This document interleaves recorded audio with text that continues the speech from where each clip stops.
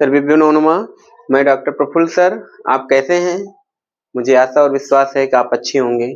मेरे YouTube channel पर आप सभी का स्वागत है।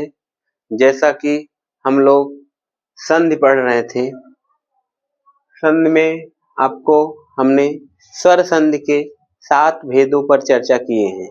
इसके बाद हमारा 8वां भेद आ जाता है। कौन सा संधि है? प्रकृत भाव स्वर संधि। इसका मतलब क्या होता है? इसका सूत्र पहले देखिए। ये सूत्र इसका क्या है? इसका सूत्र है ऋत्यकः। क्या सूत्र है इसका? ऋत्यकः। ये सूत्र क्या कहता है? प्रकृत भाव स्वर संधि में क्या होता है कि जस का तस अर्थात उसमें संधिकार नहीं होता है। जिस स्थान पर प्रकृत भाव स्वर संधि होता है वहां पर संधिकार नहीं होता है, वहां जैसे का तैसा रहता है। ये सूत्र क्या कहता है? जैसे इसमें लिखा क्या है? इसमें रित लिखा है। क्या? पहले ये रित था, इसको हमको कहना था री बाद में होने पर। सप्तमी का रूप लगा देंगे तो बन जाएगा हमारा शब्द क्या? रीति बन जाएगा, रीति। और इसमें लगा है क्या? अकह। अकह मतलब अक प्रत्याहार का वर्ण यहाँ था।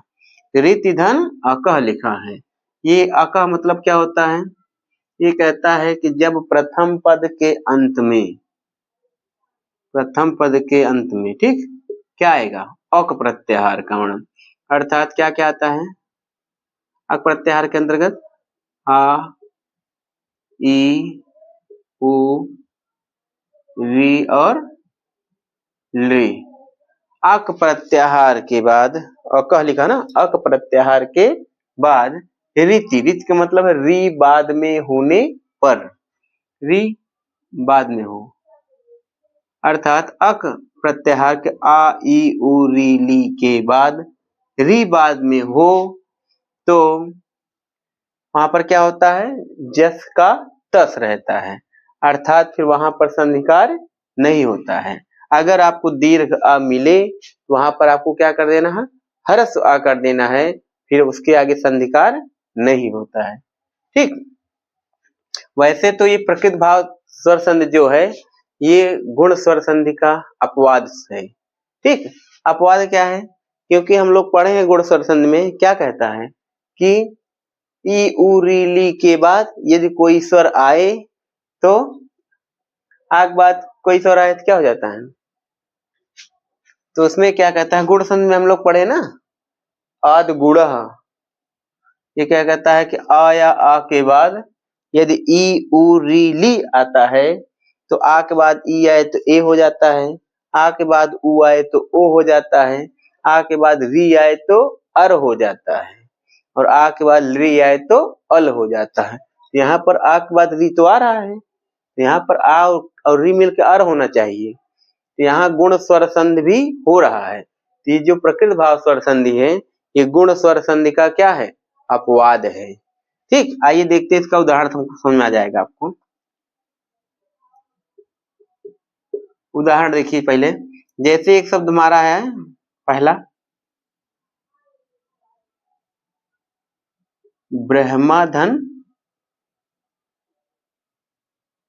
ऋषि लिखा। क्या लिखा है? ब्रह्माधन ऋषि। देखो यहाँ प्रथम पद के अंत में आ रहा है। यहाँ अक मतलब है हरस्व आ दीर्घ आ दोनों है। ई मतलब है हरस्व ई दीर्घ ई, हरस्व उ दीर्घ उ, हरस्व री दीर्घ री, री का दीर्घ होता नहीं। तो आ या आ के बाद ई या ई के बाद उ या उ के बाद री या री के ली के या अक प्रत्याहार में ऐसी बात नहीं, हरस्व दीर्घ दोनों आएंगे। ठीक। तो यहाँ पर री आए तो आ के बाद यहाँ री आ रहा है, क्या करेंगे हम लोग इसको कि अगर आपका अ के बाद री आ रहा है लेकिन वहां पर दीर्घ आ हो, इसको हम लोग क्या कर देंगे? हरस्व आ कर देंगे, अर्थात छोटा कर देंगे इसको। ये शब्द हमारा क्या बन जाएगा? ब्रह्म बन जाएगा। ब्रह्म नहीं होगा, ब्रह्मधन, फिर आ जाएगा आपका ऋषि। क्या आ जाएगा? ब्रह्मधन ऋषि। अब यहाँ पर क्या कहता है प्रकृत भाव स्वर संधि? ये कहता है कि अक प्रत्याहार के बाद आ, ई, उ, री लिया, अक प्रत्याहार के बाद री बाद में हो तो वहां पर संधिकार नहीं करेंगे।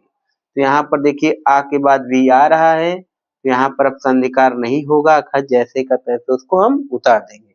तो हमारा शब्द क्या बन जाएगा, ये ब्रह्म ऋषि। यहाँ पर अब संधिकार देखो अलग अलग पद कर दिए हैं, संधिकार नहीं किए, नहीं तो संधिकार करते आग बाद रिया तो अर हो सकता था यहाँ पर। ठीक, अगला उदाहरण देखिए, इसमें दूसरा उदाहरण हमारा क्या है, जैसे उदाहरण राजा धन ऋषि है। यहाँ पर भी प्रथम पद के अंत में दीर्घ आ रहा है, उसको हम क्या कर देंगे, ह्रस्व अ कर देंगे, तो बन जाएगा क्या हमारा शब्द, राज हो जाएगा और ऋषि हो जाएगा। अब यहाँ पर संधिकार नहीं करेंगे, तो शब्द हमारा क्या बन जाएगा, राज ऋषि हो जाएगा, राज ऋषि। यहाँ पर संधिकार नहीं करेंगे। ये जो संधि आपको मैंने बताया कि आपको ये क्या है, गुण स्वर संधि का अपवाद है। अगर इसी को हम गुण संधि, इसमें कौन संधि हुआ है, यहाँ बोला जाएगा प्रकृति भाव, प्रकृति भाव स्वर संधि यहाँ पर। ठीक, यहाँ पर प्रकृति भाव स्वर संधि हुआ है। इसमें भी प्रकृति भाव है, आपका क्या है, प्रकृति भाव स्वर संधि, इसमें भी आपका है। इसी का अगर हम चाहे तो गुण स्वर संधि अगर करेंगे तो क्या हो जाता है, यहाँ पर जैसे गुण स्वर संधि क्या करते हैं आपका, तो ब्रह्म शब्द होता है, ब्रह्मा भी होता है, तो ब्रह्मा धन ऋषि है, तो यहाँ पर आ के बाद री आ रहा है। ठीक, यहाँ पर क्या है, बड़ा आ है, दीर्घ आ है, इधर क्या है आपका री है, तो अगुण संधि में क्या होता है, आ के बाद री आए तो अर हो जाता है, आपका अर हो जाएगा। तो यहाँ क्या हो जाएगा, अब यहाँ शब्द हमारा बचेगा ब्रह्म, आधा मतलब क्या हो गया, आधा में बचेगा, क्योंकि बड़ा की मात्रा निकल गया, ब्रह्म, और यहाँ पर क्या है ऋषि है। अब इसको क्या करेंगे, ये आ इसमें जोड़ देंगे, तो क्या बन जाएगा, ब्रह्म म पूरा हो गया, ये रा जो है ऊपर चला जाएगा, क्योंकि आ और मिलकर यहाँ सी बचा है, अर करेंगे तो यहाँ पर क्या बचेगा, अब सिर्फ सी बचेगा, क्योंकि यहाँ पर री निकल चुका है यहाँ पर ना, बन जाएगा हमारा शब्द यहाँ पर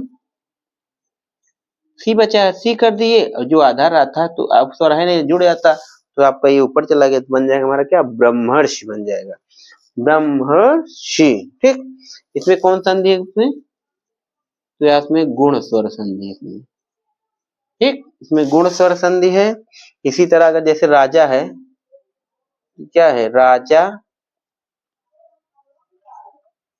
धन, राजा धन ऋषि है, इसमें आ रहा दीर्घ आ के बाद री आ रहा तो आर हो जाएगा, यहाँ पर बड़ा आ है और इधर क्या है री है, तो आ और री मिलकर क्या हो जाता है, अर हो जाएगा। तो यहाँ बचेगा शब्द ऐसे राज्य आधा हो जाएगा, यहाँ पर सी बचा है, क्या शी बचा है, तो यहाँ पर क्या करें, अब ये आ का मात्रा ज्या में जुड़ जाएगा, तो ज्या पूरा हो जाएगा, राज, अब यहाँ पे सी लगा के ऊपर राज चला जाएगा, बन जाएगा क्या हमारा राजर्षि शब्द बन जाएगा। यहाँ पर देखिए दो संधि हो सकता है, अगर आपका इसमें संधि हुआ है राजर्षि ब्रह्मर्षि शब्द, राजर्षि ब्रह्मर शब्द बना है, वहां पर क्या है गुण स्वर, क्योंकि यहाँ पर आ और मिलकर अर हो जा रहा है, यहाँ पर गुण संधि स्वर संधि है। अगर यहाँ राज अलग शब्द है, ऋषि अलग शब्द है, तो यहाँ पर जान लीजिए क्या हुआ है, ये दीर्घ आ था लेकिन क्या हुआ, यहाँ पर प्रकृत भाव स्वर संधि के कारण यहाँ संधिकार नहीं हुआ, राज ऋषि बना। इसी तरह इसमें क्या है, ब्रह्माधर ऋषि था और मिलकर अर हो रहा था, लेकिन हमको प्रकृत भाव स्वर संधि यहाँ हुआ है, इसलिए यहाँ पर संधिकार नहीं हुआ है। तो आप समझ गए होंगे। ठीक, प्रकृत भाव स्वर संधि क्या कहता है, जस का तस, अर्थात इसमें संधिकार नहीं होगा, जहां प्रकृत भाव स्वर संधि होती है वहां पर संधिकार नहीं होती है। जैसे इसका सूत्र है ऋति धन आकाह, ऋत माने अक प्रत्याहार के बाद री आए तो वहां पर संधिकार नहीं होगा, अगर दीर्घ आ है तो उसे हम ह्रस्व आ कर देंगे। इसी तरह ब्रह्मा धन ऋषि हुआ है, तो ब्रह्मा में बड़ा था, ह्रस्व आकर के, इसको अलग कर दिए, इसको अलग कर दिए, ब्रह्म ऋषि बन गया। राजा ऋषि है, राजा धन ऋषि है, यहाँ दीर्घ ह्रस्व आकर के यहाँ पर संधिकार फिर नहीं करेंगे, राज ऋषि बन जाएगा।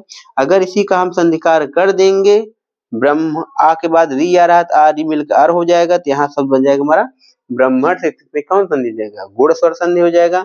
इसी तरह राजा धन ऋषि है, यहाँ पर क्या दीर्घ आ है, इधर री है, आ और री मिलकर अर हो जाता है, यहाँ पर संधिकार कर देंगे तो बन जाएगा राजर्षि।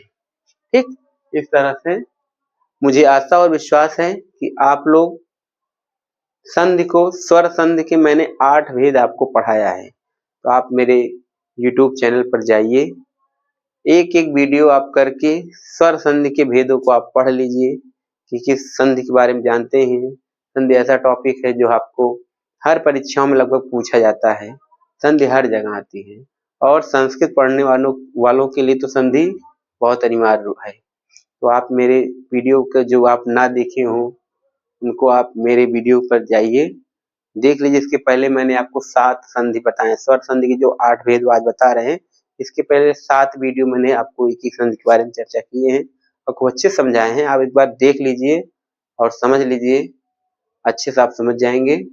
और आप अपने दोस्तों तक मेरे वीडियो को शेयर कीजिए, जिससे कि वो भी आसानी से संधि को समझ सकें। तो हम विदा कर लेते हैं आपसे। धन्यवाद। नमो।